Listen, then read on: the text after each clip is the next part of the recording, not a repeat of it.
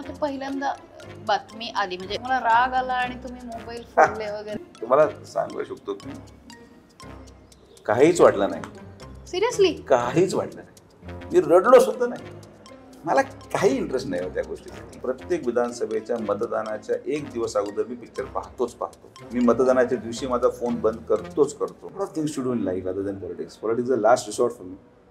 Last resort. फार वेगळ्या कॉन्सेप्टने राजकारण करतो.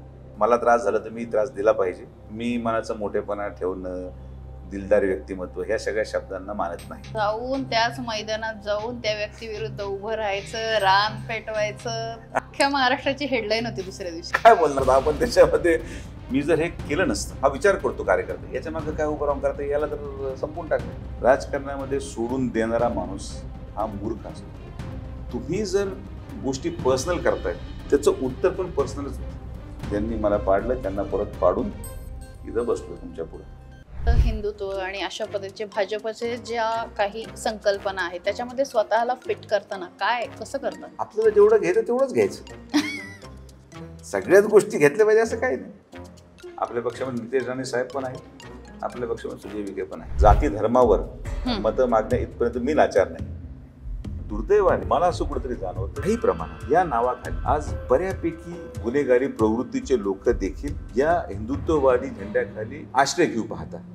असं काही ठरवलं होतं का म्हणजे राजकारणात? अजिबात नाही. मला आजही इच्छा नाहीये. मी तुम्हाला आज अनेक वेळेस सांगतो. काय सांगताय? तेव्हा नाही. मला असं वाटतं की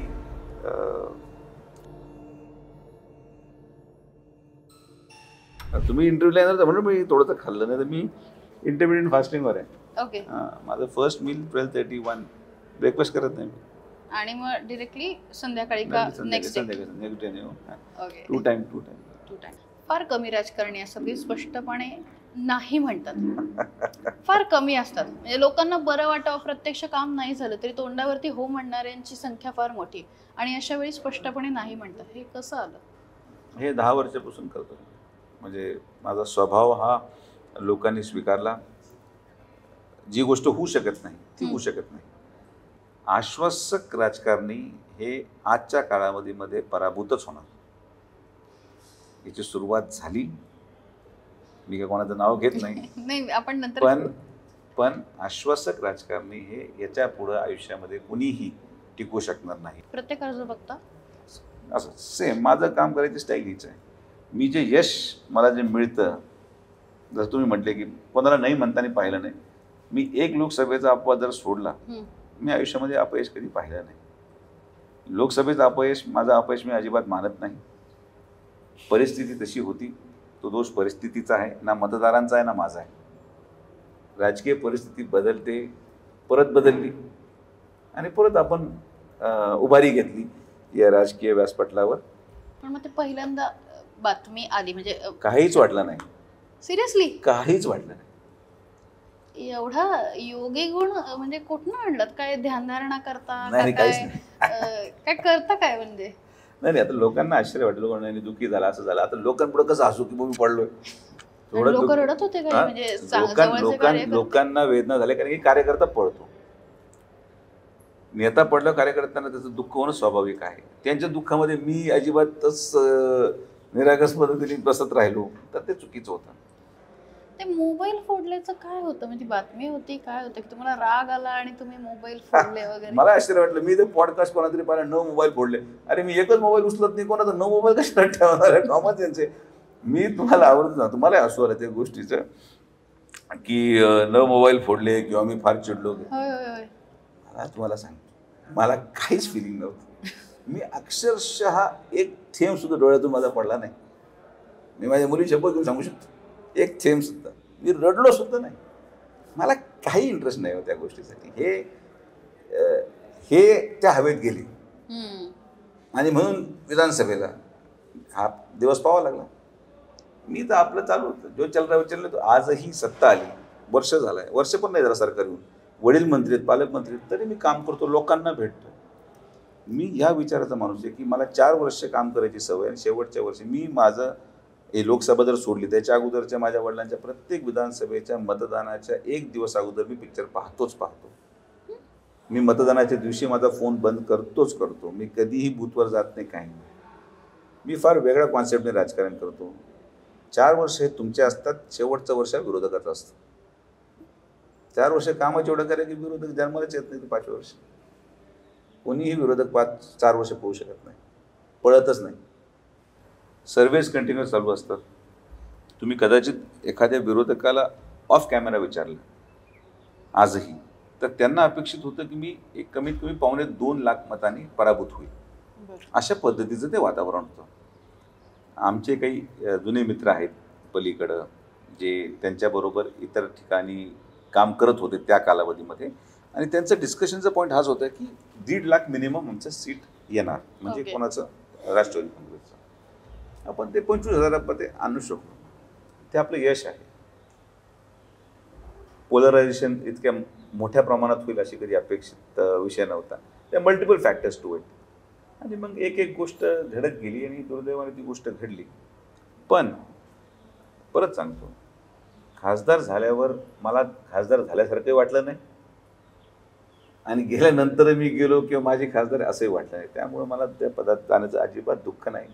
ठीक आहे, ज्या लोकांनी त्याचं कारण ठरले राजकारणामध्ये, ते करणं योग्य असतं. शेवटी मला त्रास झाला तर मी त्रास दिला पाहिजे या मताचं मी आहे.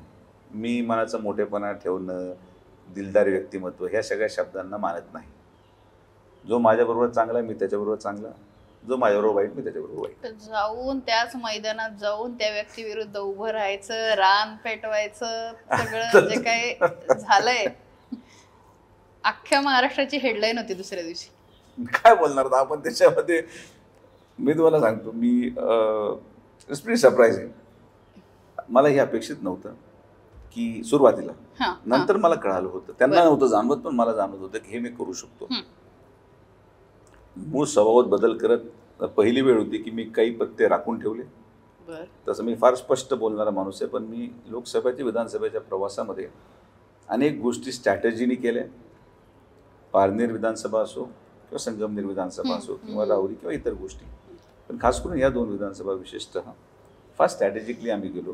प्रत्येक गोष्ट स्ट्रॅटेजिकली केली गेली. ही अचानक लागलेली लॉटरी नाही. उमेदवाराच्या निवडीपासून, म्हणजे अमोल खताळ हे काही ॲक्सिडेंटली झालेला आमदार नाही. माझ्या वडिलांचं नाव वेगळं होतं चर्चेमध्ये, माझं नाव वेगळं होतं. मी आपलं नाव डिफेंड केलं माननीय एकनाथ शिंदे साहेबांसमोर, आणि मग तो आमदार झाला. त्याच्यामागं अनेक वेगळे वेगळे पैलू आहेत की कदाचित संयुक्तिकपणे ॲक्ट करतात आणि मग तो रिझल्ट आपल्याला टर्नओव्हर मिळतो. तर त्यामुळं माझं आज मी शांत आहे, कारण की माझा सगळं विषय आता क्लिअर झाला. म्हणजे I have started from zero. I am happy in life. माझं जे करायचं होतं, कारण की उद्या एक गोष्ट लक्षात घ्या की मी जर हे केलं नसतं तर माझे मागचे मुलं देखील याच्या माग हा विचार करतो कार्यकर्ता, याच्या मागं काय उभं राहून करता, याला तर संपून टाकले, याच्या मागं कोण आहे. राजकारणात असं जाऊन प्रत्युत्तर द्यायला हवं या विचारांचं आहात तुम्ही? 100% दिलंच पाहिजे. ते शांततेत द्या किंवा ॲग्रेशननी द्या, पण द्या.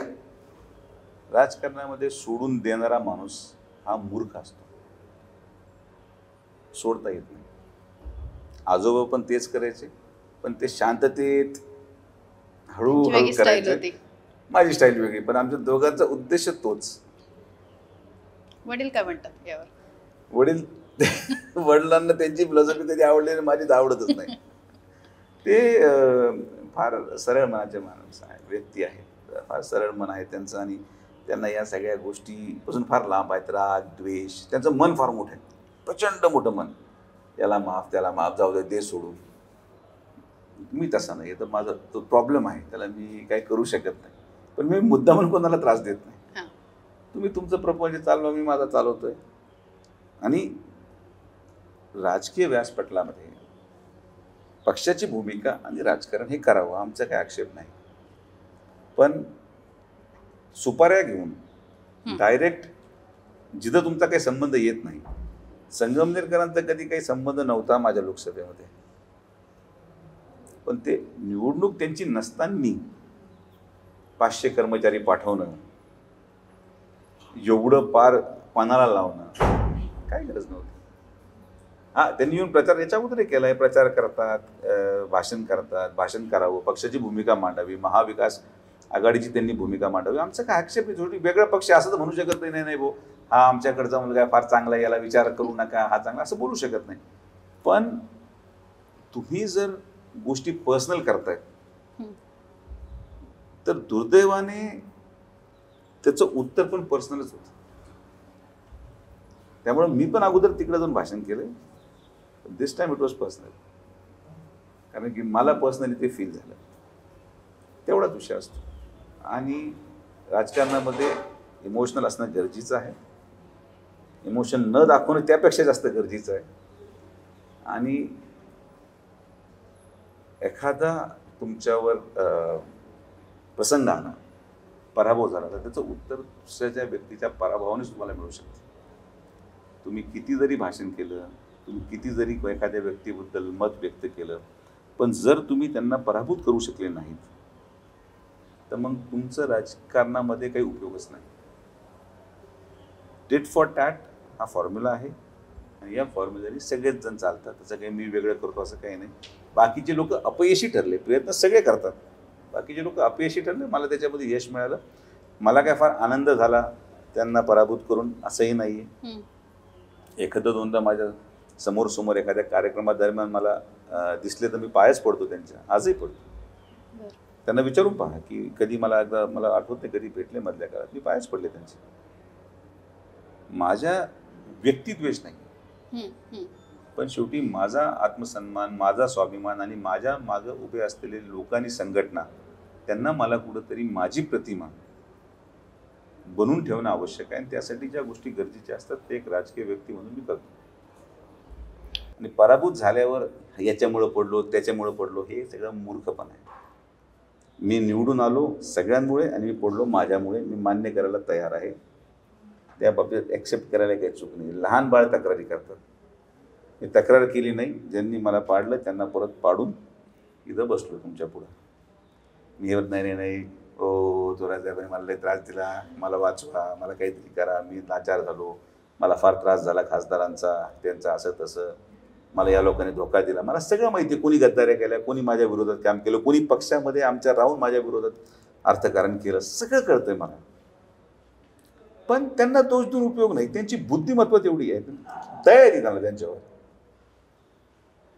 उत्तर हे जे विधानसभेला दिलं त्याच्या इतकं चांगलं उत्तर असू शकत नाही. मी मुख्यमंत्र्यांकडे आजपर्यंत जाऊन कधीही कोणाची तक्रार केली नाही. मला प्रचंड त्रास आहे पक्षांतर्गत, पण मी एका वाक्याने कधी बोलत नाही. मी तुम्हाला सांगतो, लोकसभेनंतर आमची जेव्हा बैठक झाली, फडणवीस साहेबांनी सगळ्या पराभूत खासदारांना बोलवलं जेवण आणि विश्लेषणासाठी, आणि म्हटलं आता जेवण झालंय, आता एक एक करून तुम्ही आतमध्ये या.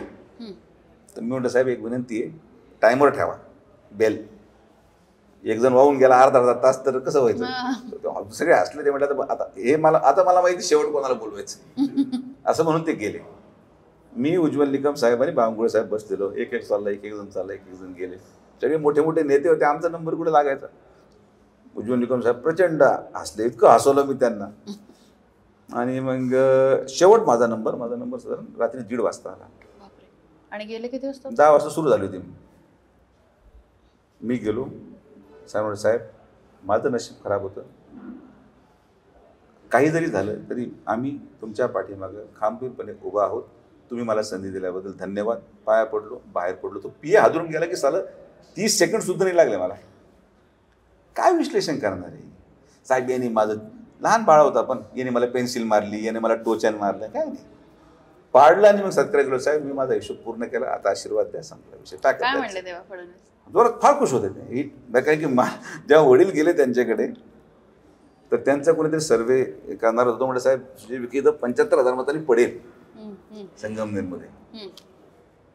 आणि फडणवीस साहेब मुलासारखा एक विचार केला की ते म्हणजे सुजय, मी वडिलांना असं सांगितलं की आता तुमचा मुलगा पराभूत झाला, परत दुसरा पराभव जर पाहिला तर खचून जाईल. त्यांची भावना ती चांगली होती की एक चांगला भारतीय जनता पार्टीचा कार्यकर्ता खचून जायला नको. पण असं म्हणतो की परिस्थिती वेगळी होती, ती मला माहीत होती. तर तक्रारी करणं आपण हे नाही आहोत. हे असं केलं, त्यांनी रडलं. स्वाभिमानाने जगलं पाहिजे, आपलं मत स्पष्टपणे बोललं गेलं पाहिजे. तुम्हाला त्रास होणार, आजही होतो मला. माझ्या मागे अनेक लोक पडलेले आहेत, माझ्या तक्रारी होतात. काम करते राहू. गरीब माणसाच्या आशीर्वादपेक्षा मी म्हणजे लोक बायकांना रात्री मारतात आणि उपवास ठेवतात आणि वैष्णोदेवी यात्रा तिथं शिर्डीमध्ये आम्ही दुर्दैवाने अनेक वेळेस साफसफाईमध्ये आम्हाला किती दारूच्या बाटल्या सापडतात. असा परमार्थ मी करत नाही. त्यामुळं मी फार जास्त याच्यामध्ये भानगडीत पडत नाही. मी गरिबांचं काम करतो. गरिबांच्या आशीर्वाद कमालीची ताकद सर, कमालीची ताकद. मी एकमेव पुढारी असेल राजकीय जीवनामध्ये ज्याला परमेश्वराने 3 महिन्यानंतर संधी दिली परत आपल्या पायावर उभं राहायची. तुम्ही स्वतः तुमच्या विश्लेषणाच्या इतिहासामध्ये पहा की असा कोण व्यक्ती आहे जो पराभूत झाला आणि लगेच कमबॅक करतो. इमिजिएट कमबॅक आहे. 3 महिने is not a big time in politics. याचं सगळ्यात मोठं कारण गोरगरीब जनतेचा आशीर्वाद. अदरवाईज मी किती जरी उपवास ठेवले, शनिवार गुरुवार मला नाही नेमकं, गुरुवार सोडून मी दारू पिलेला चालतंय, शनिवार सोडून मी साला मटका खेळायला चालतोय, पण मला शनिवार ठेवायचा आहे. मी वारीला गेलो 1 महिनाभर की माझे सगळे पाप धुतले, मग मी परत आपल्या कामाला जे आहे ते लागलो. मी वाळू उचलणार. It is all nonsense. It's a very wrong concept which I don't believe. आणि मला फरक पडत लोकांनाही माहिती. मी वार धरत नाही, काही नाही. Everyone knows that. मी भाषणात बोलतो या गोष्टीवर. एक स्वभाव असतो जो लोक स्वीकारतात आणि लोकांनी हा स्वभाव स्वीकारला आहे. जोपर्यंत लोकांना हा स्वभाव पटेल तोपर्यंत आपण राजकारणामध्ये आहोत. ज्या दिवशी लोकांना वाटतं की हा स्वभाव योग्य नाही, आपलं कोणचं घर चल राहायचं, काम धंदा देखेंगे. मुलगी आहे, आता मुलगा आहे, त्याला खेळायला वेळ देतो मी. मला अनेक गोष्टी आहेत. मला माझं हॉस्पिटल परत चिरडलेमध्ये सुरू करायचं आहे. त्याच्यामध्ये मला पेशंटला सेवा द्यायची. Lot of things to do in life other than politics. Politics is a last resort for me. Last resort, काही लास्ट ऑप्शन असेल मला. आज मी तिला पक्षाने संधी दिली, पण जसं मी म्हटलो वडील जे म्हणतील ते मी करतो. मगाशी तुम्ही म्हटलात की फार काही असं चॉईसने लुक डिझाईन करत नाहीत, म्हणजे सिम्पल सोबर जे काही आहे ते. तुमचा ज्यांनी पराभव केला निलेश लंके, त्यांनी तर म्हणजे साधेपणा या एका ह्याच्याखाली त्यांना त्याचा फायदा झाला त्यांच्या त्या इमेजचा. तुम्हाला असं वाटतं? मी हे गोष्टी मानत नाही की त्यांचं ते साधं घर असे, त्यामुळे ते कधी निवडून नाही आलेले. ओके, एका पक्षाविरोधात वातावरण होतं बरं. आणि त्या वातावरणावर त्या लोकसभेचा परिणाम निश्चित झाला. जर त्यांच्या साधेपणामुळेच ते निवडून आले असेल तर त्यांचे मंडळी पडले नाही पाहिजे. बरोबर. तेव्हा तुम्ही स्ट्रॅटेजी केली? स्ट्रॅटेजी आता पण होती. लोकसभेचा प्रश्न सांगतो की एक व्यक्ती अगोदरपासून त्याची आर्थिक परिस्थिती नसेल आणि साधं राहणं, त्याला पर्याय आहे म्हणून ते राहतात अशातला भाग नाही. जुन्या कालावधीमध्ये एखाद्या व्यक्तीची परिस्थिती तशी नसेल तर त्याचं राहणीमान तसं राहतं. माझ्या केसमध्ये एवढं मोठं ज्याला म्हणतो ॲन्सेस्ट्रल बॅकग्राऊंड, एवढं राजकीय वारसानी आलेल्या सगळ्या गोष्टी, आणि यामध्ये लोकांना हे कन्व्हिन्स करणं की वो मी पण साधा आहे, हे जरा अवघड जातं. हां, साहजिक. माझं राहणीमानाबाबतीत कोणालाही तक्रार नाही, माझ्या साधेपणाबाबतीतही कोणाला तक्रार नाही, आणि स्पष्ट बोलायचं झालं तर मी ॲक्टिंग करू शकत नाही. हा माझा प्रॉब्लेम आहे आणि मी त्या लेवलला उतरत पण नाही. काही गोष्टी मी माझे तत्त्व पाळतो. त्या तत्त्वाशी मी आजही बांधील आहे. मी लोकांना स्पष्ट सांगितलेलं आहे की मी दहाव्यानं येऊ शकत नाही. मी भाषणात बोललेलो आहे. मी माझे फोन उचलत नाही. मी भाषणात बोललेलो आहे. तर असं काही गोष्ट नाही आहे की जी मी करू शकत, म्हणजे असं काही खोटं बोललो आणि मतं मागितले. आज जे लोक त्यांना मतदान टाकतायत, आज त्यांचे फोन उचलणं बंद झालंय. मित्र चर्चा करतात, माझ्या कानावर आलेली चर्चा. या सगळ्या गोष्टी हळूहळू रिअलायझेशनमध्ये जायला जनतेला वेळ लागतो. आता त्यांना लोकांनी निवडून दिलंय, त्यांनी ते काम करावं. माझ्याकडून तर काय 1 रुपयाचाही त्रास नाही. त्यांना काय करायचं आहे, त्यांना जनतेने संधी दिली आहे. जनता जेव्हा माणूस निवडते तेव्हा जनतेला तो योग्य वाटत असेल माझ्यापेक्षा. तुम्हाला असं वाटतं की त्यावेळी जे सगळं महाविकास आघाडीच्या बाजूने वातावरण झुकलेलं होतं किंवा जे काही वातावरण, त्यांना एक प्रकारची सहानुभूती होती त्या 2 पक्षांना, तर मग त्या जागी, त्या व्यक्तीच्या जागी, लंकेच्या जागी दुसरं कोणी उभं केलं असतं त्या चिन्हावरती तरी निवडून? 100%. त्यांचा असा काही व्यक्तीचा करिश्मा किंवा असं काही नाहीये. नाही, व्यक्तीचा करिश्मा म्हणजे एक सिटिंग आमदार असल्या कारणाने, एक सिटिंग आमदार असल्या कारणाने आणि कोविडच्या कालावधीमध्ये जे काही त्यांचं नाव मीडियावाल्यांनी केलं, बरं. मी परत सांगतो, मीडियावाल्यांनी केलं. शेवटी पब्लिक परसेप्शन एक भाग असतो, तो परसेप्शन मीडियाने निर्माण केलं आणि त्या आधारावरती गाडी पुढं सरकली. व्यक्तिगत 100% त्यांचं त्या आमदार या नात्याने त्या मतदारसंघामध्ये प्रचंड मताधिक्य, तरीसुद्धा तुम्ही विचार करा की त्यांच्या विधानसभेमध्येच मला एक 20,000 मतच फक्त मी पाठीमागं आहे, जे कदाचित त्यांना वाटत होतं 1 लाखामध्ये मी पुढे जाईल. तर व्यक्तिमत्व म्हणून तुलना जर केली, जनतेने केली असावी कदाचित, तर मला असं वाटतं मेजर फॅक्टर हा अँटी गव्हर्नमेंट वेव्ह होती महाराष्ट्रामध्ये. नाही तर मी एकटाच नाही, सगळ्यांचाच कार्यक्रम लागला. आणि ते जर फॅक्टर असते तर माझ्या एकटाच पराभव झाला असता.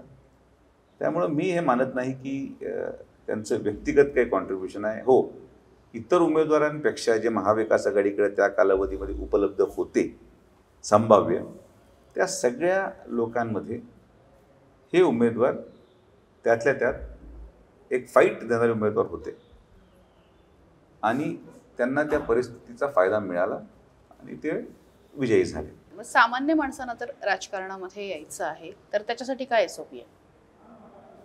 त्यांनी घ्यावं. कसं? जसं सगळे येतात, सरपंच होतात, लोक जिल्हा परिषद लढवतात, लोक आमदारही होतात. सामान्य माणसाला पण संधी आमदार व्हायची. आज अमोल खताळसारखा तुमच्या पुढे उदाहरण आहे शेजारी, की सामान्य माणूस आमदार होऊ शकला.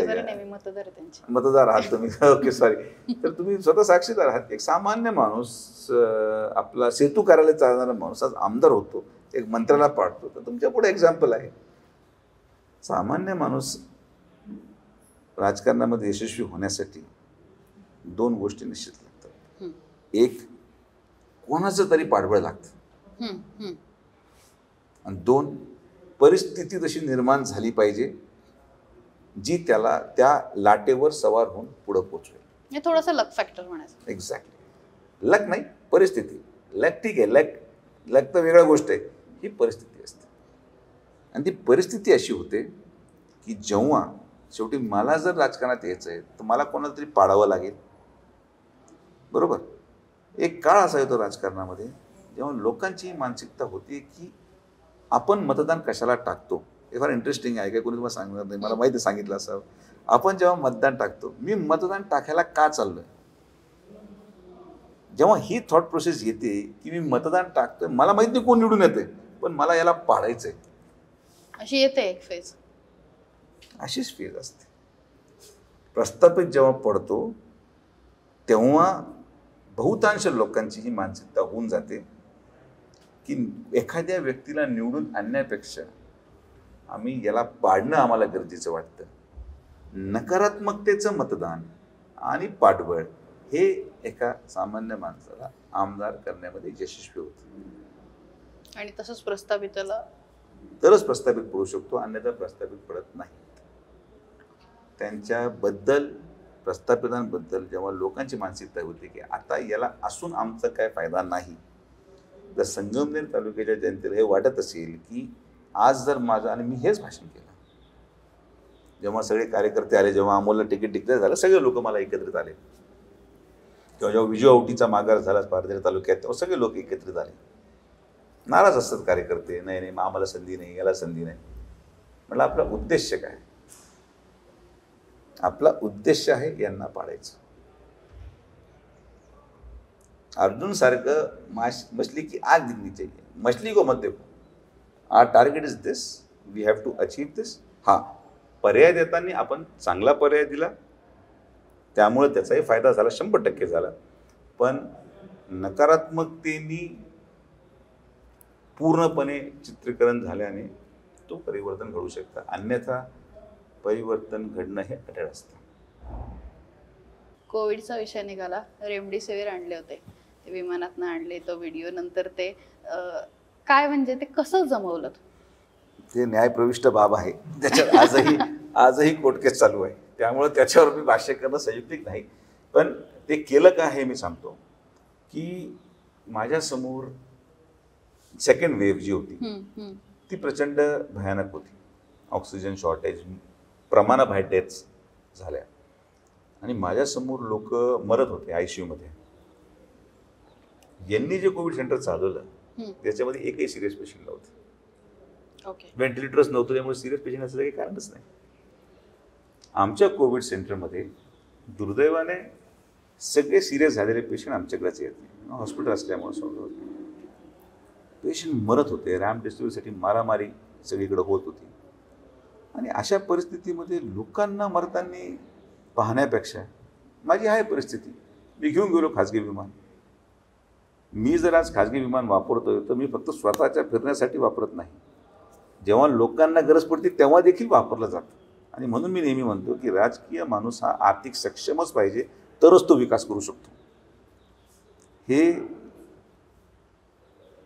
कदाचित वेगळ्या वेगळ्या माध्यमातून अधोरेखित केलं जाऊ शकतं, कारण की मी समाधानी आहे, माझी आर्थिक परिस्थिती बरी आहे.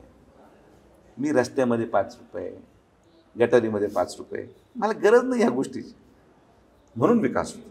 तर त्याच दृष्टिकोनातून रॅमडेसिवीरचा पण निर्णय जेव्हा घेतला तेव्हा ती काळाची गरज होती, तेव्हा ती आणली. हो, ती परिस्थिती कदाचित योग्य नव्हती, लोकप्रियता वाढली, पण न्यायबाबीत ती योग्य नाही, असा तो दोन भाग आहेत. आणि जसं मी म्हटलो की मला अडकवण्याच्या लोकांची जास्त इच्छा असते. ज्यांनी दुसरी कोविड सेंटर चालवलं तिथं अधिक भयानक प्रकार घडलेले आहेत, पण दुर्दैवाने तिथं तक्रार करणारं कोणी नव्हतं. इकडं व्हिडिओज आपण टाकल्या कारणाने त्याच्यामुळे आता मी जर ऑनलाईन लपून वाटून टाकले असते तर काय त्याचं इम्पॉर्टन्स म्हणजे चर्चा नसती झाली. इम्पॉर्टन्स असतं पण चर्चा नसती झाली. पण सगळेच जण आपल्या आपल्या पराने आपलं आपलं काम प्रमोट करत होते. And that was the first time in my life की मी बाकीच्या लोकांकडे पाहून की यार हे लोक पण काम करताना जनतेला दाखवत आहे की आम्ही किती चांगलं काम करतोय, आमदार असतील खासदार असतील तर मी पण हे दाखवलं पाहिजे. म्हणून मी दुसऱ्या लोकांच्या ज्याला आपण म्हणतो ॲडव्हर्टिजमेंटनी प्रभावित होऊन किंबहुना इन्फ्लुएन्स होऊन, प्रभावित म्हणताना इन्फ्लुएन्स होऊन मी ते पाऊल उचललं. First time. मी असं कधी कोणाकडे पाहून काही करत नाही, पण आमदार कोणी व्हिडिओ टाकतंय, कोणी हे करतंय, कोणी ते करतंय म्हटल्यावर आपणच हे करतंय असं जनतेला वाटायला नको. नाही तर मी तर ICUमध्येच आहे, रोज पेशंटला वाचवतोय, रोज ऑक्सिजनसाठी भांडतोय. पण त्या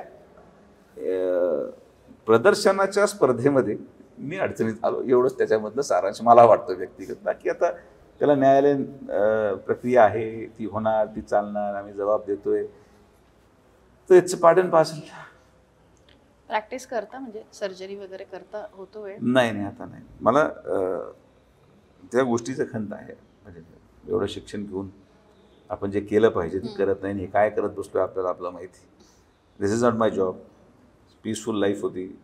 सकाळी उठायचो 7 वाजता, ऑपरेशन थिएटरमध्ये जायचो, 5-6 तास ऑपरेशन व्हायचं, दुपारी आलो, जेवलो किंवा ऑपरेशन थिएटरमध्येच जेवायचो आणि संध्याकाळी OPD आणि 6 वाजता घरी शांततेत जेवण. किती वर्ष असं? मी ॲक्च्युली म्हणजे 2009 पूर्वी जे काही वेळ देऊ शकलो. वडिलांच्या विधानसभेनंतर मी इमिजिएटली क्विट केली प्रॅक्टिस. मी वर्षभर साधारण प्रॅक्टिस केली. मी सायनला होतो गव्हर्मेंट कॉलेजला, तिथं मी माझं बऱ्यापैकी ट्रेनिंग माझी झाली. पण 2009 नंतर I thought that it's high time की I have to change my profession. माझ्या वडिलांना माझी गरज आहे.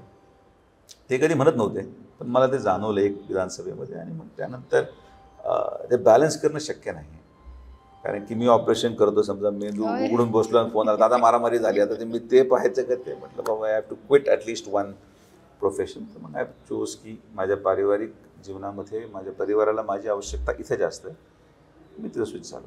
पण आजही मी कन्सल्ट करतो. माझ्याकडे लोक MRI घेऊन येतात. पेशंट, दादा हे सांगा, आमचं पेशंट रुबीला आहे, आमचं पेशंट इकडे आहे, काय केलं पाहिजे काय नाही. माझ्या ओळखीने मी चांगले डॉक्टर्सकडे लोक, डॉक्टर्स प्रचंड आहेत पण सगळेच चांगले नाहीत, कारण की ब्रांच एवढी सेन्सिटिव्ह आहे की आजार काही जरी असला तर योग्य माणूसच तो आजार बरा करू शकतो, हे मला माहिती आहे. म्हणून योग्य ते असलेल्या माणसाकडं माझा माणूस पाठवणं, मैत्रीमध्ये बिल माफ करणं, या सगळ्या गोष्टींचा फायदा मी आज या शिक्षणाच्या माध्यमातून लोकांना देऊ शकतो. विखे पाटील परिवार असं आहे ना, म्हणजे फक्त नगरमध्येच नाही तर महाराष्ट्रामध्ये अनेक वर्षापासून राजकारण समाजकारणामध्ये आहे. काँग्रेसला सोडणं हा जो निर्णय आहे, काय वाटतं आता पाठीमागे वळून बघताना त्या निर्णयाकडे? मी तर खुश कधीच नाही. म्हणजे त्या कालावधीमध्ये मी तुम्हाला सांगू शकतो की हे जे विषय आहेत ना, आयडिओलॉजी, पक्षाची आयडिओलॉजी किंवा पक्ष, हे मी एकदम लेट स्टेज राजकारणात आल्यामुळे मला ह्या कधी गोष्टींचा प्रभावच नाही पडला. टिपिकल घडीतनं आलाच नाही. हां, मी टिपिकल घडीत आलोच नाही. मी कम्प्युटर टाईप ऑपरेट करतो. मला वडिलांनी सांगितलं हे करायचं आहे, करा. त्यामुळे भाजपमध्ये जायचं, चला. मला असं काही वाटलं किंवा काय फार दुःख झालं किंवा फार वेदना झाल्या, कारण की आमचा संघर्ष हा कुठं जरी आम्ही गेलो तरी आम्हाला कायमच आहे. आम्ही काँग्रेसमध्ये असतानाही जिल्ह्याअंतर्गत आमचा संघर्ष कायम राहिला. आम्ही भारतीय जनता पार्टीमध्ये आल्यानंतर देखील जिल्हा अंतर्गत छुपा संघर्ष मी म्हणेन तो कायमच आहे. हा विषय पक्षापेक्षा व्यक्तिविरोधाचा आहे. विखे पाटील ह्या परिवाराला विरोध असणं स्वाभाविक आहे, कारण की विखे पाटील परिवार हा सातत्याने प्रस्थापितांच्या विरोधात उभा राहिलेला परिवार आहे.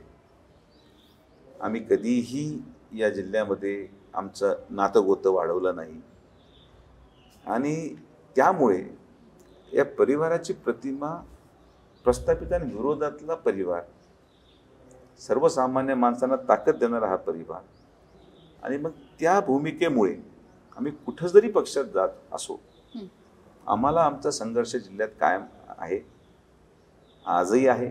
पण गांधींच्या खूप क्लोज होते, म्हणजे विखे विषय निर्णय क्षमतेचा आहे. त्या काळात राहुल गांधींना प्रत्येक सोपा निर्णय घ्यायचा होता की बाबा काँग्रेसचं तिकीट देऊन टाका. पण दुर्दैवाने त्यांना त्या गोष्टीचं ज्याला आपण म्हणतो की गरज वाटत नसावी की आपण एखादा मुलगा तिथपर्यंत गेला. वडील गेले होते आणि सगळ्या मिटिंग त्या महाविकास आघाडी नव्हतं नाव तेव्हा, काय होतं मला आठवत नाही नाव. माझे वडील विरोधी पक्षनेते असताना सगळ्या बैठका जागा वाटपाच्या राष्ट्रवादी आणि काँग्रेस माझ्या घरी होतं. त्या जेवण, मासे, प्रॉन, म्हटलं जेवण आपलं आपल्या तिकिटाचं आहे ना काय, बरं सगळे पत्रकार घराबाहेर असायचे. त्यामुळे दादा तुमचं काय, अरे म्हटलं माझं सोडून सगळी चर्चा होत आहे. 3 मिटिंगा झाल्या. अरे म्हटलं बाबा हे चाललं काय, घर आपलं, सगळ्या मिटिंगा आपल्याकडं आणि आपल्याच तिकिटामध्ये चर्चा नाही. मग वडील गेले राहुलजींना भेटायला आणि राहुलजी म्हटलं एक काम करा, तुम्ही घड्याळाचं तिकीट घ्या. मग आता वडिलांनी हा विचार केला की आपल्या पक्षाचा राष्ट्रीय अध्यक्ष विरोधी पक्षनेत्याला हे सांगतोय की तुमच्या मुलाला लोकसभा लढवायची असेल तर तुम्हाला घड्याळ घ्यावा लागेल. ते तिथून आले आणि मला म्हणले आता आपला प्रवास दुसऱ्या दिशेने आपल्याला करावा लागेल, कारण की इथं तुला न्याय मिळू शकत नाही. आणि मी त्यांना हे विचारलं की साहेब आपण जर प्रवेश केला तर दोघांपैकी एकाच भविष्य घडेल. मी तर 101% निवडून येण्याची परिस्थिती माझी आहे, हा सर्वेही सांगतो. मात्र पक्ष बदलल्यानंतर भारतीय जनता पार्टीमध्ये तुम्हाला न्याय मिळेल न मिळेल मला माहिती नाही. आज आपण त्या पक्षातच नव्हतो, तर त्या पक्षात तुम्हाला न्याय मिळेल, त्यांची विचारधारा वेगळी आणि नेते वेगळे, टोटल कॉन्ट्रास्ट आहे. एनसीपी काँग्रेस आणि काँग्रेस एनसीपी सारखे, पण भारतीय जनता पार्टी टोटल वेगळी आयडिओलॉजीचं पक्ष. तर म्हणजे कोणाचं तरी नुकसान होणार, तुमचं किंवा माझं. ते म्हटलं माझं राजकारण मी जगलोय, मला आता अपेक्षा काही नाही, तुझं भविष्य तू निर्णय घे, हा निर्णयच योग्य आहे. आणि आदरणीय प्रधानमंत्र्यांच्या नेतृत्वाखाली मग आपण माननीय मुख्यमंत्री तत्कालीन फडणवीस साहेबांनी फार मान सन्मान दिला, वडिलांना दिला, मला दिला आणि मग तेव्हा तो निर्णय घेतला. सुरुवातीची 2.5 वर्ष खासदार झाल्यानंतर महाविकास आघाडी आल्यावर मला प्रत्येक माणूस हा म्हटलं की किती मोठी चूक केली आयुष्यात तू, वडिलांचं करिअर संपवलं, फलाना झालं, टिमकाना झालं. मला फार ऐकावं लागलं लोकांचं. पण शिंदेसाहेब गुवाहाटीला गेल्यामुळे आम्ही परत जो कमबॅक केला, लोक म्हणतात सुजय विखे सारखा मुलगा नाही. तर सांगायचं तात्पर्य काय की लोकांचं परसेप्शन, लोक काय बोलतात यांचं मत क्षणिक आहे. जे लोक मला जो देश होते तेच 2.5 वर्षानंतर मी किती चांगला निर्णय घेतला त्या काळात, तर फार आपण याच्यावर विचार न करता आज जो आपल्याला मान सन्मान देईल, आदरणीय फडणवीस साहेबांनी प्रचंड कामं आमचे केले, मान सन्मान दिला. आयडिओलॉजिकली पक्षाच्या त्यावेळेस, आता ठीक आहे आता आपण आयडिओलॉजीमध्ये रुळलेलो आहोत, पण त्यावेळेस पक्षाच्या आयडिओलॉजीपेक्षा फडणवीस साहेबांची आयडिओलॉजी, त्यांची काम करायची पद्धत, त्यांनी दाखवलेला विश्वास, या सगळ्या गोष्टी आम्हाला प्रवृत्त करण्यामध्ये यशस्वी ठरला पक्षांतर करत. आणि आज पक्षामध्ये आल्यानंतर 2.5 वर्षामध्ये राज्यामध्ये महसूल मंत्रीपद माननीय मुख्यमंत्री महोदयांनी म्हणजे फडणवीस साहेबांनी आम्हाला संधी दिली. आजही परत आम्हाला मंत्री केलेलं आहे. साहेबांचं प्रत्येक शब्द माननीय फडणवीस साहेब ऐकतात, किंबहुना कामं होतात. आपल्याला काय पाहिजे बरं, कामं आमचे व्यक्तिगत नाही किंवा माझं काय, माझ्या मुलाला नोकरी द्या किंवा काय, मतदारसंघाच्या विकासासाठी काही असे निर्णय असतात जे मुख्यमंत्र्यांच्याच कार्यक्षेत्रात आहेत आणि ज्या गतीने ते निर्णय घेतात. त्यामुळं आम्ही फार समाधानी आहोत. काँग्रेसमध्ये काम करत असताना दुर्दैवाने असे काही लोक वरतून लादले गेले की मंत्री असूनही काही उपयोग नव्हता. 1000 वेळेस मुख्यमंत्र्याकडे जाऊन बसणं आणि त्यांना सांगणं की साहेब एक करा, पण मुख्यमंत्री निर्णयच घेऊ शकत नसतील. त्यांच्याही वरती माणसं नाही, ते निर्णय आता माननीय पृथ्वीराज चव्हाण साहेब कधीच निर्णय घेत नव्हते. आम्हाला इतका प्रचंड त्रास असायचा राष्ट्रवादी काँग्रेसचा. कॅबिनेट मंत्री असून तक्रार करून जर कोणी ऐकत नसेल, अशोक चव्हाण साहेबांचा काळ चांगला होता, स्वर्गीय विलासराव देशमुख साहेबांचा काळ चांगला होता, पण पृथ्वीराज चव्हाण साहेबांच्या कालावधीमध्ये त्यांना महाराष्ट्राचा राजकीय अनुभव नसल्या कारणाने, व्यक्ती चांगले आहेत, सुशिक्षित आहेत, पण दिल्लीसाठी योग्य होते, महाराष्ट्रासाठी नाही. आणि ते महाराष्ट्रामध्ये आल्यामुळं जे काही थोडंफार काँग्रेस उरलं होतं ते पण बसता गुन्हा केला आणि संपून गेलं. कारण की पृथ्वीराज चव्हाण साहेबांची ती इमेज मुख्यमंत्री म्हणून राष्ट्रवादीला टॅकल करणं आणि काँग्रेस जिवंत ठेवणं, त्याच्यामध्ये ते 100% अपयशी ठरले आणि त्यामुळं खरं डिसइंटिग्रेशन ऑफ काँग्रेस वाढलं.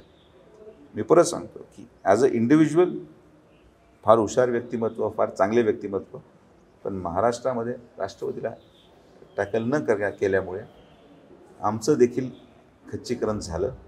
आमचा विरोध हा काही राहुल गांधीजींना नव्हता किंवा सोनिया गांधीजींना नव्हता, किंबहुना गांधी परिवाराला आमचा विरोध आहे. मी तर आजपर्यंत भाषणामध्ये कधी त्यांच्या विरोधात काही अपशब्द बोललेलो नाही, किंबहुना त्यांना कधी खाली दाखवलं नाही. पण जे निर्णय त्यांनी घेतले महाराष्ट्रासाठी, ते निर्णय नेतृत्वाचे चुकल्यामुळे त्याचा परिणाम आम्हाला भोगावा लागला आणि म्हणून आज पाठीमागं पाहत असताना कुठलंही दुःख आम्हाला होत नाही. आमदार ते थोडे भाजपच्या बाजूने झुकलेले वाटले. सत्यजित तांबे, आम्हीच इंटरव्ह्यू घेतला होता आणि थोडेसे इंटरेस्टिंग वाटले की भाजपच्या काय म्हणतात कधी येऊ शकतात. काय वाटतं? मी परत सांगतो, सत्यजित तांबे हे भाजपकडे झुकलेले नाही, ते माननीय फडणवीस साहेबांकडे झुकलेले आहेत. बरं. फडणवीस साहेबांचं व्यक्तिमत्वच असं आहे की जे तरुण सुशिक्षित आहेत, कोणत्याही पक्षाचे असो, जे तरुण राजकारणामध्ये काहीतरी करू इच्छितात आणि जे एकदा फडणवीस साहेबांबरोबर बसून चर्चा जर त्यांनी केली तर ते फडणवीस साहेबांकडेच त्यांचा कल होतो. बरं. कारण की आम्ही जेवढे युवक आहोत, काँग्रेसमध्ये पण अनेक माझे मित्र आहेत, इतर पक्षामध्ये पण माझे समन्वयक मित्र आहेत, सगळ्यांचं आज अप्रिशिएशन माननीय देवेंद्र फडणवीसच आहेत आणि त्यांचा कल पक्षाकडे नाही. सत्यजित तांबेला तुम्ही आजही ठोकून विचारलं तर ते पक्षाची आयडिओलॉजी भारतीय जनता पार्टीची मान्य करणार नाहीत. ते आज इकडं झुकलेले आहेत कारण की त्यांना देवेंद्र फडणवीस साहेबांप्रती त्यांचं असलेली जी काय भावना असेल ते जास्त व्यवस्थित सांगू शकतात. पण माझं असं असेसमेंट आहे की हे जे काही बदल आपण महाराष्ट्रात पाहतात किंवा इतर अपक्ष लोक पण जे आपण आज भारतीय जनता पार्टीबरोबर आहेत किंवा गुवाहाटीमध्ये पण ज्या प्रमाणात संख्येमध्ये लोक गेले, त्यामध्ये पण माननीय फडणवीस साहेबांचं नेतृत्वाचं कौशल्याचा फार मोठा वाटा आहे. माझं तिकडं जाणं पण, आता मी आज जायचं म्हणून म्हणणार नाही माझं सगळी आयडिओलॉजी मान्य आणि मी फार मोठा काहीतरी त्या विचाराने प्रभावित झालो, हे बोलणं खोटं बोलणं. काय खोटं बोलायचं? आज आपण आल्यानंतर त्या आयडिओलॉजीला आपण आज रुजू होतोय हळूहळू त्याच्यावर. तरी सुद्धा मी भाषणांमध्ये प्रखर बोललो की जाती धर्मावर मतं मागण्या इथपर्यंत मी लाचार नाही. माझं मत माझ्या विकासाला द्या, जाती धर्माला नाही. ठीक आहे, त्याचा परिणाम होतो, कधी कधी पक्षांतर्गत सुद्धा टीका टिप्पणी होते माझ्यावर, पण डॉक्टर आहे यार मी. माझ्याकडे आलेला पेशंट मी कसं सांगावं की हा कोण आहे, जाती धर्म तर मी विचारलं. ती जी मूळ सवयच नाही कधी लहानपणापासून किंवा आपल्या व्यवसायामध्ये, ती आज अचानक कशी आणून. तर कोणीही व्यक्ती जो आज भारतीय जनता पार्टीमध्ये येऊ इच्छितो, जो दुसऱ्या पक्षाचा आहे, त्याला अजून भारतीय जनता पार्टीची आयडिओलॉजी समजणं किंवा त्याची कार्यपद्धती समजायला वेळ लागत असेल, पण त्याचा कल जो असेल पक्षाकडं, त्याचं कारण फक्त CM साहेब आहे, दुसरं कोणीच नाही. हिंदुत्ववादी आहात का? पण मी हिंदू असण्याचा अभिमान आहे. हिंदुत्ववादीचे वेगळे वेगळे डेफिनेशन आहेत. बरं, तुमची काय? माझी डेफिनेशन हीच आहे की जियो और जीने दो. एखाद्या विचाराला पाठबळ देणं आणि आपल्या धर्माचं संरक्षण करणं हे आपण करू शकतो आणि ते केले गेलंही पाहिजे. त्याचा अर्थ दुसऱ्या कुठल्याही व्यक्तीला संपून टाकणे असं असू शकत नाही. माझा धर्म त्याला सुरक्षित ठेवणं आणि त्या धर्माचा प्रचार करणं ही माझी हिंदुइझमची आयडिओलॉजी आहे. पण मला माझा धर्म वाचवण्यासाठी दुसऱ्या व्यक्तीला मारून आणि संपून टाकल्यावरच माझा धर्म सुरक्षित राहील हे या हिंदुइझममध्ये मी बिलीव्ह करत नाही. मी काही गोष्टी आल्यानंतर भारतीय जनता पार्टीमध्ये काही विचारांनी प्रेरित झालो. त्यांची विचारधारा, त्यांचे काही विचार त्यांनी माझ्या पुढे ठेवले. आम्ही अनेक वैचारिक बैठकींमध्ये बसतो. तर धर्मसुरक्षा ठेवणं, धर्मामध्ये एकाग्रता ठेवणं हे गरजेचं आहे. पण दुर्दैवाने मला असं कुठंतरी जाणवतं की काही प्रमाणात या नावाखाली आज बऱ्यापैकी गुन्हेगारी प्रवृत्तीचे लोक देखील या हिंदुत्ववादी झेंड्याखाली आश्रय घेऊ पाहतात. ओके. शेवटी लक्षात घ्या, मी दारू आणि नशा करणारा जर व्यक्ती असेल, रस्त्यावर चालणारी एखादी आमची भगिनी असेल आणि उद्या तिचा बलात्कार जर होणार असेल, तर करणारा हा विचारणार की बाबा तू हिंदू आहे का, मुसलमान आहे का, तू ख्रिश्चन आहे का, काय. जर आपण समाजामध्ये माणसाची ओळख धर्मावर करायला लागलो आणि त्याचे सगळे दुर्गुण विसरत चाललो, तर ज्या गोष्टीसाठी हे अमेरिकेचं एक उदाहरण सगळ्यात ज्वलंत आहे. अमेरिकेने ओसामा बिन लादेन तयार केला USSRच्या विरोधात आणि शेवटी त्याच ओसामा बिन लादेनने 2 विमानं यांच्या वर्ल्ड टॉवरमध्ये घातली. एक्झॅक्टली.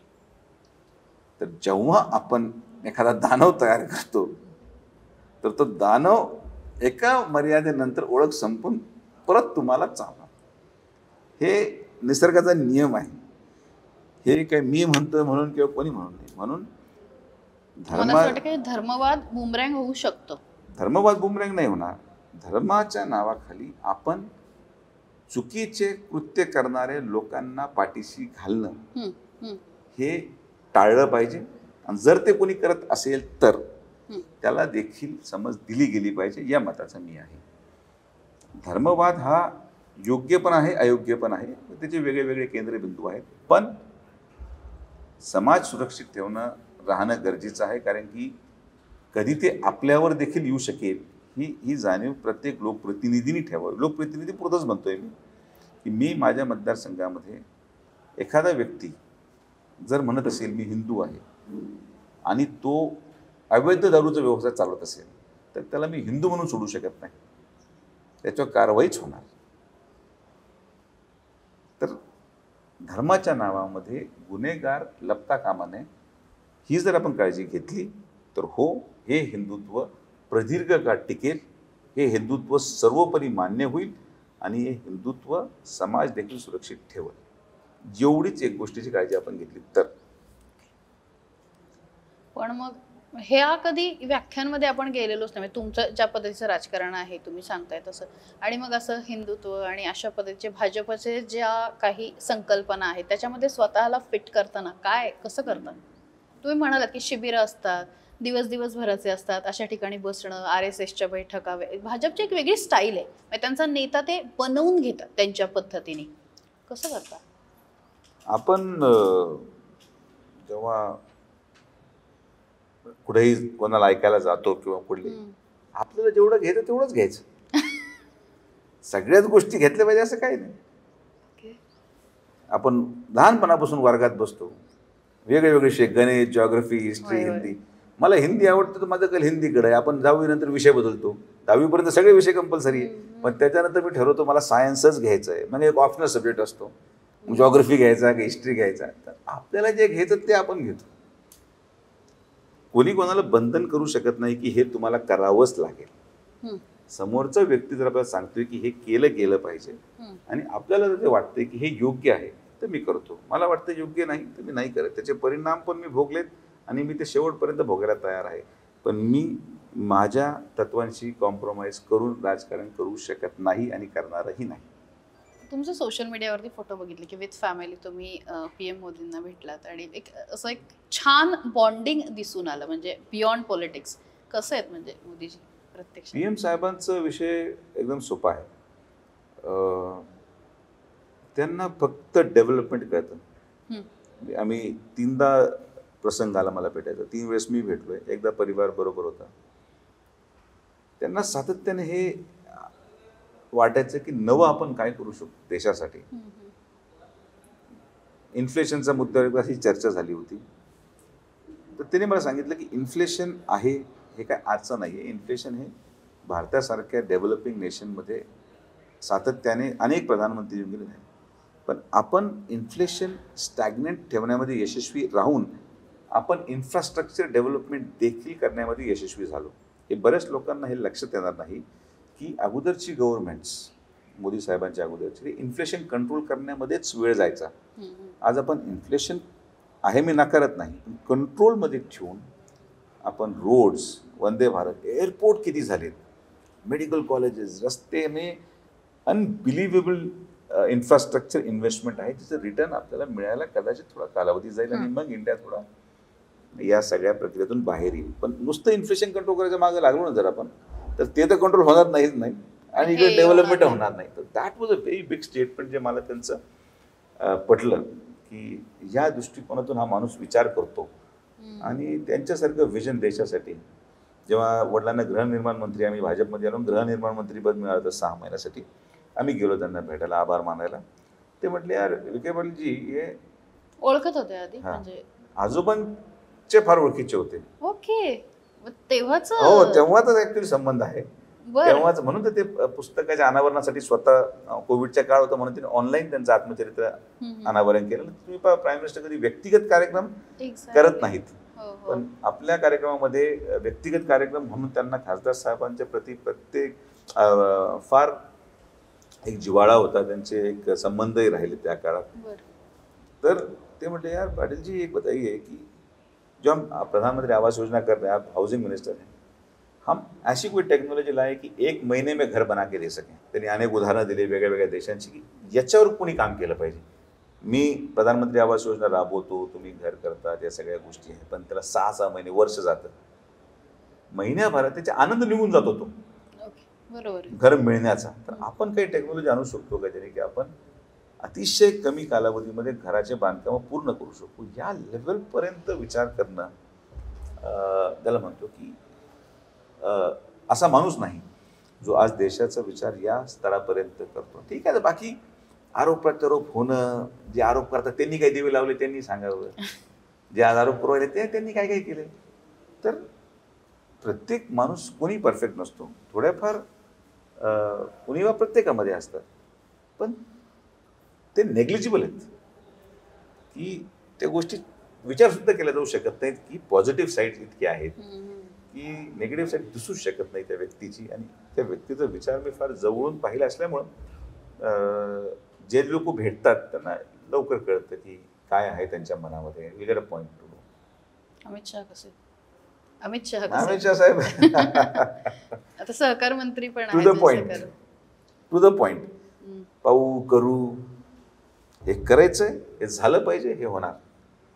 आर्टिकल 370 हटवायचं, हटव.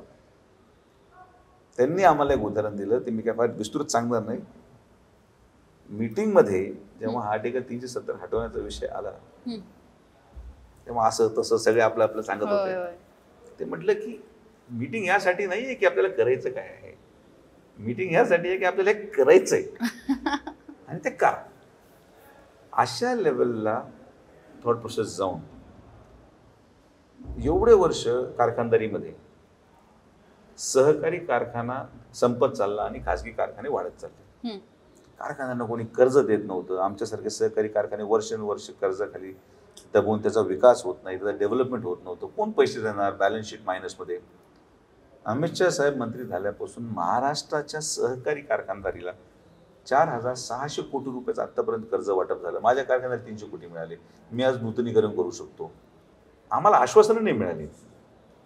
ये करके देता हूँ, ये होगा, इसको मार्ग निकाल के करेंगे, end of the story. It doesn't take time. हे बाकीचे थापड पसारा त्यांच्याकडे चालत नाही. त्यांना जे लोक आवडतात ते आवडतात, त्यांना जे लोक नाही आवडत ते नाही आवडत. बर. आणि मी तुम्हाला सांगतो की आदरणीय प्रधानमंत्र्यांचं वक्तृत्व तर मोठं आहेच, म्हणजे फेमस आहे त्यांचं भाषण.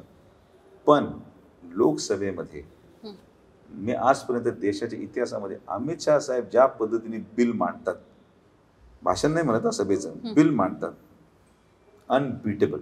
मी कुठं जरी असलो, इकडे तिकडे चहा घेत जेवत, मी सगळं सोडून पार्लमेंटमध्ये पळत यायचो. कोणचे बिल पहा तुम्ही, 370 पहा. त्यांची मांडणी जी आहे बिलाची, जे बिल त्यांच्या गृह विभागाचं असतं किंवा सहकार्यता मंत्रालयाचं असतं, त्याला तोड नाही. पूर्ण लोकसभेमध्ये एकही असा मंत्री नाही जो त्या पद्धतीने बिल मांडू शकतो.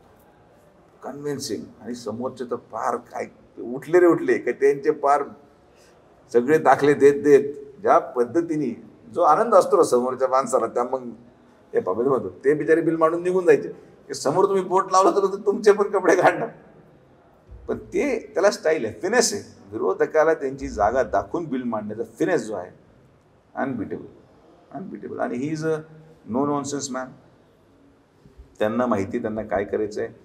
इतकी क्लॅरिटी थॉट प्रोसेसमध्ये मी फार कमी लोकांमध्ये पाहतो. एकदम क्लिअर आहे. He knows what is to be done. आणि ज्याला म्हणतो ना की राजकारणामध्ये राजकारण हे राजकारण असतं. त्याच्यामध्ये तुम्ही बाकीचे इमोशनल गोष्टी आणायच्या नाहीत. जे गोष्ट करणं गरजेची आहे ती केली गेली पाहिजे. त्याचे परिणाम चांगले होतात, वाईटही होतात. पण ती गोष्ट जर योग्य असेल तर कालांतराने लोकांना कळतं की ती योग्यच आहे. त्या विचारधारामध्ये काम करणारे ते व्यक्तिमत्व आहेत. आपण मगाशी भाजपबद्दल बोलत होतो, भाजपच्या फिलॉसॉफीबद्दल बोलत होतो. पण आपण एकीकडे म्हणतो की विकासही करायचा आहे, पण ही जी काही फिलॉसॉफी आहे, म्हणजे थोडंसं धार्मिक त्यांची भूमिका आहे, तुम्हाला असं वाटतं विकास यामुळे कुठेतरी लांब जाऊ शकतो? आपल्या कार्यपद्धती आहेत. एकाच पक्षामध्ये दोन वेगळे लोक आहेत. आपल्या पक्षामध्ये नितेश राणे साहेब पण आहेत, आपल्या पक्षामध्ये सुजय विखे पण आहेत. दोघांचे भाषणं वेगळे आहेत, दोघांचं वक्तृत्व वेगळे, दोघांचे मुद्दे वेगळे आहेत. पण आहोत आम्ही एकाच पक्षात. दोघांचा नेता एकच, आणि तो नेता दोघांना एक समान न्याय देतो. सुजय विखेला काय वाटतं, याला काय वाटतं, यापेक्षा नेतृत्व किती सक्षम आहे. आणि म्हणून फडणवीस साहेबांना पूर्ण 100% मार्क्स की ते प्रत्येक माणसाचं कौशल्य आणि त्यांच्याकडून काय करून घेतलं जाऊ शकतं हे ओळखून त्याला काम देतात. ज्याला जे काम दिलं गेलंय, मला जे काम दिलं, मला संघटना बांधण्यासाठी दिलं, मला जे काम दिलंय भविष्य कालावधीमध्ये संघटनेमध्ये कदाचित एक काम मिळेल संघटना. तर प्रत्येक पक्षामध्ये वेगळे वेगळे विचाराचे लोक आहेत. कोणताही पक्ष एका धोरणाने चालत नाही. तुम्ही जर म्हणत असाल की भारतीय जनता पार्टी फक्त आणि फक्त हिंदुत्ववादी मुद्दा पुढे करतो, तर असं नाही आहे. त्याच्या हिंदुत्ववादी विचारांना प्रचारित किंवा प्रचार पुढे नेण्यासाठी त्यांच्याकडे विशिष्ट लोक आहेत. त्यांच्या विकासाचा एजेंडा घेऊन जायला त्यांच्याकडे विशिष्ट लोक आहेत. आता मूळ जो हॉस्पिटल चालक असेल त्याला माहिती आहे की पोटाचा आजार असल्यावर गुडघ्याच्या डॉक्टरकडे पाठवत नाही आपण. याला पोटाचा आजार, याला पोटाच्या डॉक्टरकडे पाठवा. याला गुडघ्याचा आजार, याला गुडघ्याकडे पाठवा. याचा मेंदू ठीक नाही झाला, याला मेंदूच्या डॉक्टरकडे पाठवा. हे जमलं पाहिजे. आणि ते फडणवीस साहेबांना जमत असल्यामुळे माझ्याकडे तोच एजेंडा येतो जो माझ्या कार्यपद्धतीला सूट होतो. त्यामुळं मी दुसऱ्या एजेंड्याकडे कधी मला जबाबदारी आली नाही. आज माझा मित्र संग्राम राष्ट्रवादी जरी असला तरी कदाचित त्याला त्या हिंदुत्ववादी विचारांना प्रेरित होऊन तो त्याच्या पद्धतीने त्याचं हिंदुत्व तो समाजापुढं आणतोय. तो त्याचा विचार आहे, त्याला कदाचित ते पटतं आणि त्याला तसं पाठबळ पण मिळतं.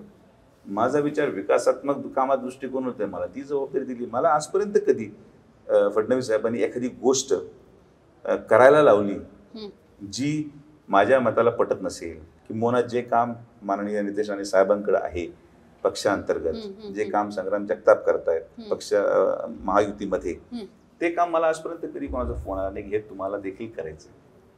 असं जे काय झालं या योजनेचं, तर it is how a leader groom. सेनापती सैन्य कसं ठेवतो, हा आमचा भारतीय जनता पार्टीचा फार मोठा एक वेगळा विचार आहे, जो फार कमी लोकांना कळतो. त्यामुळे मी एका पक्षामध्ये असणं म्हणजे पक्ष आम्हाला त्या गोष्टी करायला लावतोच असं काही नाही. पक्षाला सुजय विखेला काय केलं गेलं पाहिजे, सुजय विखेचा उपयोगिता समाजाच्या हिताच्या दृष्टिकोनातून, सुजय विखेला जर नितेश राणे व्हायला सांगितलं तर सुजय विखे नितेश राणे होऊ शकणार नाही, आणि नितेश राणे साहेबांना सुजय विखे होऊ सांगितलं तर ते पण सुजय विखे होऊ शकत नाही. पण ॲज अ सेट फडणवीस साहेब हे सगळ्या वेगळे वेगळे कोपरे त्यांनी बनवलेत आणि ते वेगळ्या वेगळ्या कोपऱ्यामध्ये बरोबर जबाबदाऱ्या वाटून देतात, आणि म्हणून सगळं ऑल इज वेल चालू आहे. आमचं कोणालाही काही नाराजी नाही, आणि फडणवीस साहेब जे म्हणतात ते मी करणार आहे. सोपा हिशोब आमचा. बाकी ऑल सेड अँड डन या सगळ्या गोष्टी चालत राहतात आणि ते स्वीकारून पुढे जावं लागतं. कोणाला फॉलो करता, म्हणजे काही वाचता, काही कुठली विचारधारा? मी कधी कोणाचं आत्मचरित्र वाचलं नाही, मी कुठलंही पुस्तक वाचलं नाही. मी माझ्या मूळ शिक्षणाला 12 वर्ष गेले, 12वी नंतर MCS जायला. इतके पुस्तकं झाले की परत पुस्तकं वाचायची इच्छाच राहिली नाही. तुम्हाला विश्वास बसणार नाही, हे मी दैवी चमत्कार झाल्यासारखं मला वाटतं कधी कधी, की माझं जेव्हा शिक्षण संपलं, मला मराठी बोलता येत नव्हतं एवढं चांगलं. हो, मला मराठी आजही थोडं वाचायला अडचण आहे. मी हिंदी मीडियममध्ये शिकल्यामुळे लहानपणापासून आजही मराठी वाचायला मला अडचण आहे. तुम्ही माझा कधी तुम्ही कार्यक्रम आलात भाषण पाहायला, तर मी जे कागदावर पाहून भाषण करतो, जे पॉईंट्स मी लिहितो, मी इंग्लिशमध्ये लिहितो. ओके. आणि डिलिव्हरी माझी ही मराठीच आहे. त्यामुळे शेजारचे जे पाहत राहतात काय लिहितात दादा, एक तर डॉक्टरची हँडरायटिंग आहे, माझं इंग्लिश पटपट ते पाहायला कळत नाही. तर असा व्यक्ती जो हिंदी मीडियममध्ये शिकला, जो आयुष्यभर इंग्लिश मीडियममध्येच डॉक्टर म्हणून मी गेलो, कसं काय मला हे जमलं, वक्तृत्व किंवा भाषण करता येतं, हे मला माहित नाही कशामुळे झालं. असं काही ठरवलं होतं का म्हणजे राजकारण? अजिबात नाही. मला आजही इच्छा नाही आहे, मी तुम्हाला आज अनेक वेळेस सांगतो. काय सांगता? तेव्हा नाही, मला असं वाटतं की आवड पाहिजे एखादी गोष्ट करण्यासाठी. मला ती आवड नाही. मग का आलात? मग पाहणार कोण? मी नाही तर कोण? हा प्रश्नचिन्ह फार मोठा असतो. जे लोक आमच्या परिवारावर अवलंबून आहेत त्यांना मी कोणाकडे जायला सांगतो, हा पण प्रश्न माझ्या मनात आहे. आणि त्यामुळं कोणाला तरी आधार देणं आवश्यक आहे. ती जबाबदारी नैसर्गिकरित्या माझ्यावर आली, कारण की माझ्या आईवडिलांनाही कधी वाटलं नव्हतं मी राजकारणात यावं, म्हणून मला बाहेर शिकायला पाठवलं. मी इंदोरला शिकलो, मध्य प्रदेशमध्ये 12वीपर्यंत बोर्डिंगला राहिलो. MBBS माझं बेळगावला कर्नाटकमध्ये झालं. आयुष्याचे मी निम्म आयुष्य माझं मी बाहेर घातलेलं महाराष्ट्राचं. अशा परिस्थितीमध्ये देखील मला परत यावं लागतं. आणि येण्याचं माझं कारण सगळ्यात मोठं की माझे वडील जेव्हा 2009ची विधानसभा होती आणि निसटता विजय होता, मी मान्य करतो की 8-9 हजार मतावर आम्ही निवडून आलो. पहिलं तर राऊंडमध्ये 10,000 मतांनी पाठीमागं होतो. आणि मग मी हा विचार केला की यार काहीतरी गडबड आहे बॉस याच्यामध्ये, सम फॉल्ट इन द सिस्टम, की आपण एवढं चांगलं काम करून माझ्यामध्ये तरी अनेक दोष सापडतील, पण माझ्या वडिलांमध्ये 0 दोष आहे. म्हणजे यार असा माणूस लोकांनी एवढा मागं आणला, कारण काय? मग मी खोलावर जायला लागलो आणि मी वडिलांसाठीच काम करत होतो. ऑफिस पाहायचो, मला आवडतं लोकांना भेटायला, मला नाही आवडत अधिवेशनाला जायला, मला नाही आवडत एखाद्या पदावर घेऊन गाडी घेऊन करणं. मला या असं लोकांमध्ये बसलो, गप्पा मारल्या, काम केलं. माझं सकाळपासून 3 मोठे पाणी योजनेचे प्रकल्पांचं प्रेझेंटेशन मी घेतलं. माझ्या शिक्षणामुळे मला ते कळतं की कसं आयडिया इम्प्लिमेंट केली पाहिजे. तर आपण या सगळ्या प्रक्रियेमध्ये वडिलांचं काम करावं एवढाच आपला मानस होता. म्हणून ना कधी ZP लढवली, ना कुठली निवडणूक लढवली, कधीच नाही. आता लोकसभेमध्ये काय झालं की मी सुरुवातीला विचार केला की कॅम्प घेऊन लोकांचा रिस्पॉन्स पाहू. तेव्हा दिलीप गांधी साहेब होते, स्वर्गीय गांधी साहेब होते. थोडीशी अनेक वर्ष त्यांचे झाल्यामुळे थोडी अँटी इन्कम्बन्सी येतेच, ती नाही म्हटलं तरी. आपण म्हटलो तिथं कोणी दुसरं इच्छुक पण नव्हतं. I will just go and see. हळूहळू रिस्पॉन्स त्याच्यात मिळत गेला आणि मग जेव्हा सर्वे झाले त्या कालावधीमध्ये सुरुवातीला, तेव्हा सगळे पक्ष सर्वेमध्ये माझंच नाव होतं. तर मग मला असं वाटलं की संधी मिळते तर वाय नॉट टेक इट. मिळाली, जनतेने साथ दिली आणि 5 वर्ष त्याचं उपयोगिता अतिशय उत्कृष्ट झाली. 2 वर्ष कोविडमध्ये दुर्दैवाने आमचे गेले, पण 3 वर्षामध्ये अतिशय उत्कृष्ट काम आपण करण्यामध्ये यशस्वी झालो. पण आज पराभूत झाल्यावर देखील मी जर परत उभं आहे याचं एकमेव कारण की माझ्यामध्ये महत्वाकांक्षा नाही. काही यंग खासदारांचा वगैरे ग्रुप होता का, म्हणजे भेटायचे का सगळे? प्रचंड आमचा फार चांगला मोठा ग्रुप होता. आणि श्रीकांत होता, धैर्यशील, माझा फार जवळचा मित्र, माझ्या घराच्या खाली, माने आजही माझ्या खाली राहायचा. त्याच्यानंतर हिना गावित खासदार होत्या, डॉक्टर प्रीतम मुंडे होत्या, रक्षा खडसे होत्या. फिरायला वगैरे असं म्हणजे काही जेवण, डिनर्स फिरायला कोण जात आहे? डिनर्स फक्त, मॅक्सिमम डिनर्स, लंचेस. त्याच्यामध्ये आम्हीच नाही पण बाकीचे खासदार पण, खास करून विंटर्समध्ये आज एका खासदाराचा डिनर आहे, एकाने त्याच्या घरी बोलवलं तर आम्ही जायचो. तर इव्हनिंगला मोस्ट प्रॉब्ली डिनर्स आमचे असायचे, फॅमिली गेट टुगेदर्स. कधी कधी आम्ही परिवार म्हणून, मी आणि धैर्यशील आम्ही परदेशात गेलो, त्याची मिसेस, त्याची मुलगी आहे, माझी मुलगी सेम वयाची आहे त्याच्याबरोबर, तर आम्ही परदेशात पण दोघं गेलो. तर it was very nice time. एक फार चांगला टाईम आहे दिल्लीचा. आठवणी आयुष्यभर राहतील आणि त्याचा उपयोग दिल्लीमध्ये राहण्याचा मला फार फायदा हा झाला की तिथं सगळं लिटरेचर इंग्लिशमध्ये. मला महाराष्ट्रामध्ये JR वाचायला बरीचशी अडचण होते. म्हणजे माझं ते शिक्षण त्या मीडियममध्ये नसल्यामुळे मला मराठी जसं म्हटलं वाचायला थोडी अडचण आहे, पण इंग्लिश नोटिफिकेशन वाचतो. तर तो एक फायदा मला झाला दिल्लीत. पण आता म्हणजे बरेचशा गोष्टी आम्ही, आता मी जेव्हा एखादा प्रकल्प पाहतो तर मी आमच्या लोकांना म्हणतो प्लीज ट्रान्सलेट करा थोडंसं. काय 10 पानं नाही वाचू शकत मी, एखादं पान मी वाचू शकतो, पण 10 पानं वाचायला फार होऊन जातं एखाद्या विषयामध्ये, कारण की ते कॅलिग्राफीची सवय नाही आहे असेसमेंटला, ब्रेनला. तर त्यामुळे थोडा त्रास होतो. पण दिल्ली वॉज फन. फ्रेंडशिप आजही कायम आहे आमची. श्रीकांतशी तर मी जर आठवलं एकदा बोलतोच. धैर्यशील तर परवाच आम्ही मुंबईला दुपारी जेवायला बरोबर होतो. ती होती, त्याची मिसेस वेदांतिका होती. रक्षाकडचे मंत्री झालेत त्यामुळे आता त्यांना वेळ नाही. आणि त्या पदावर पोहोचल्यानंतर मित्र किंवा काही लक्षात ठेवणं हे अपेक्षितही नाही, पण मी हॅपी. आम्हाला आनंद आहे की त्या पदापर्यंत पोहोचू शकतो. काय फार अपेक्षा नसते की त्यांनी लक्षात ठेवावं किंवा फोन लावावं. वी शुड अंडरस्टँड दिस की शी इज बिझी. आणि मग आता बाकीच्या घरी माझीच आहोत रांगेले, त्यामुळे आम्ही दानवे साहेबांना नाही म्हणते माझी तर गेट टुगेदर तरी ठेवा साहेबांनी. आता प्लॅन करतो माझ्या घरीच या अधिवेशनामध्ये सगळे माझी खासदार जेवढे आम्ही झालोत माझी परिस्थितीमुळे, आम्ही सगळ्यांना जेवायला माझ्या घरी बोलवतो आपण टप्प होती. पण सिनियर टू या एज ग्रुपमध्ये आम्ही प्रचंड एन्जॉय केलं आणि एक घरगुती वातावरण होतं. दानवे साहेब मुलासारखं आम्हाला वागवायचे, जीव घालायचे, वेगळी मजा असते दिल्लीत. तो ग्रुप जो तयार होतो भारतीय जनता पार्टी याचा, खरंच सगळ्या खासदारांचं फार चांगलं होतं. क्लिअर. मला वाटतं मी जसं शेवटी क्लिअर म्हटले तसे सुजय विखे पाटलांचे विचार आहे तेवढेच क्लिअर आहे. मुलाखत कशी वाटली नक्की सांगा. सरकारनं मला लाईक, शेअर, सबस्क्राईब करा.